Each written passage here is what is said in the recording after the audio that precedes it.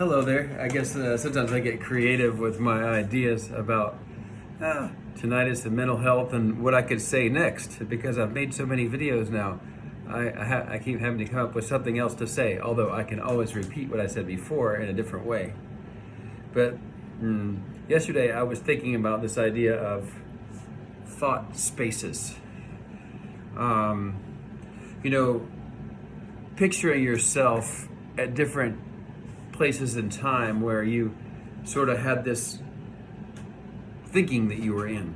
I mean, just to give an example, maybe you were playing a sport and maybe it's bowling, and you're rolling the ball and you're talking to your teammates or whoever you're you're bowling with, and you're just in that thought space of you're bowling right now. And just picture throughout your life, you've gone through these series of thought spaces. It could just be something as simple as you're sitting down and you're having a cup of coffee, small kitty cup, I guess, and maybe eating some breakfast. It could be eggs, bacon, cereal. Maybe you're talking with someone while you're doing that. But that's just another thought space that you're in.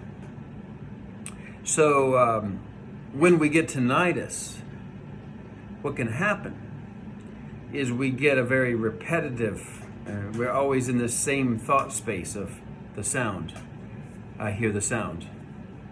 And it has interrupted our ability to have some of the normal thought spaces that we get into.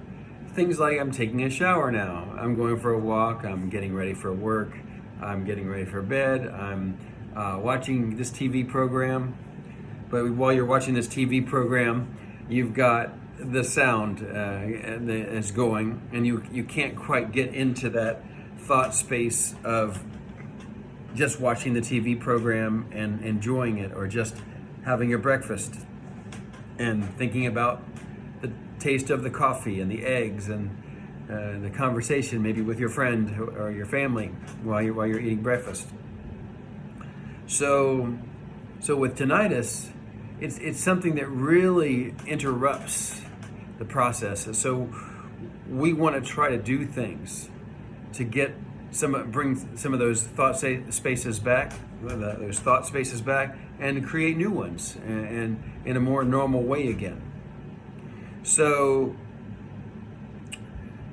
it's possible, it's extremely likely that you will be doing that in the near future if you will focus on taking the steps needed to do that.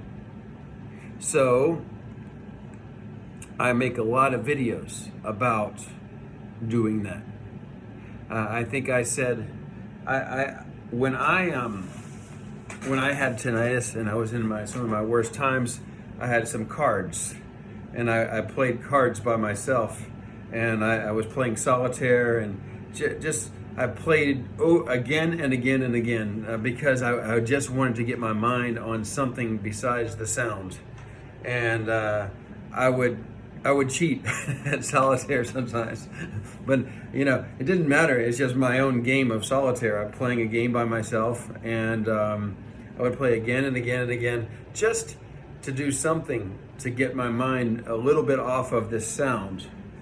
And then, I did the drawing. I drew pictures. I've shown pictures a lot.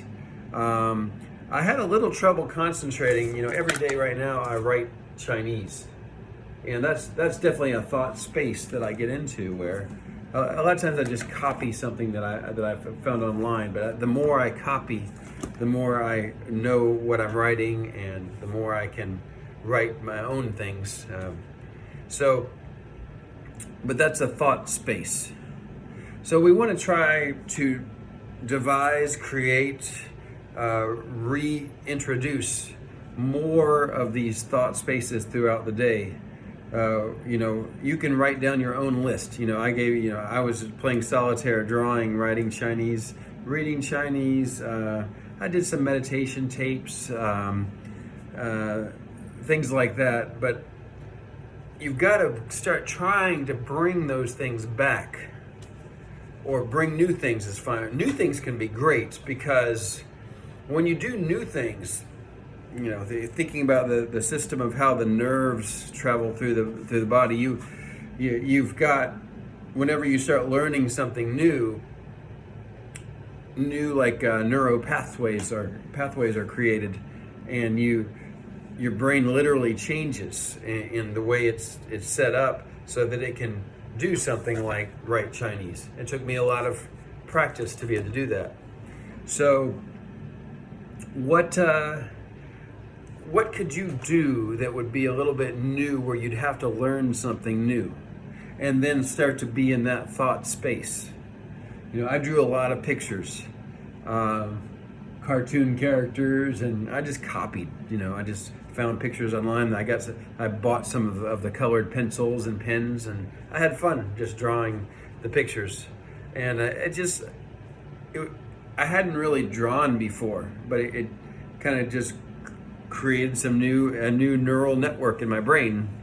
So that was a little bit separate from the tinnitus thinking. So I think you're getting my point by now, where we want to create these windows in time, these thought spaces that you can go into and do that thing and be involved in doing it. With this one's a great one for me. I mean, there's around 9,000 different Chinese characters in the Chinese dictionary, and I never thought it would be possible. In English, there are 26 letters in the alphabet, but there's 9,000 in Chinese. So, like, when you're reading, is it possible for your brain to just quickly read normally with all these different Chinese characters, just like English? I had this question a long time ago, and the answer is yes. I can just read and skim through the page just like I can in English. But I didn't even know the brain could do that. It seems like we wouldn't have the computing power to read something with so many different characters and quickly know what it means. But it actually, you can. So I'm just saying that because there's a whole neural network that was created inside my brain that allows me to be able to do that. So this is a good time for you to start thinking about something that you could start developing on your own. I love languages. I love dancing. I love music, or playing a musical instrument, singing. It could be just a new form of exercise, of something, yoga. But something that involves your creative brain, where you have to do something that's a little bit different. And then maybe you can even develop that thing.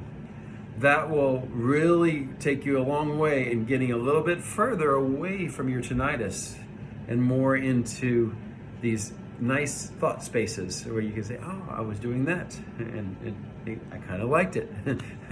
So yeah. And even if you're busy during the day and you have a lot of things going on, and you don't have time to write Chinese or something, you can still think about doing things a different way. I remember, I've heard people say this a lot, drive a little bit different way to work and get there in a different way. Change your desk around at work, or maybe rearrange the furniture in your room, where you sleep, or in your living room. Just change it. And that just gets your brain in a different place. So it's a different thought space again. It feels different. And this can help just create a new neural network for yourself that allows you to distance yourself from the sound. I mean, I'm doing really great these days. I remember the other night I was really tired, and I had forgotten to turn on the fan, or the thing that makes the noise in my room, and it was really quiet. And I could hear the tinnitus, and it's quite loud when it's in a silent room.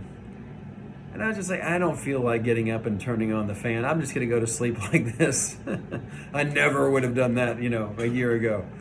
But it was no big deal. And then I ended up waking up a little bit early because there was some noise in the other room.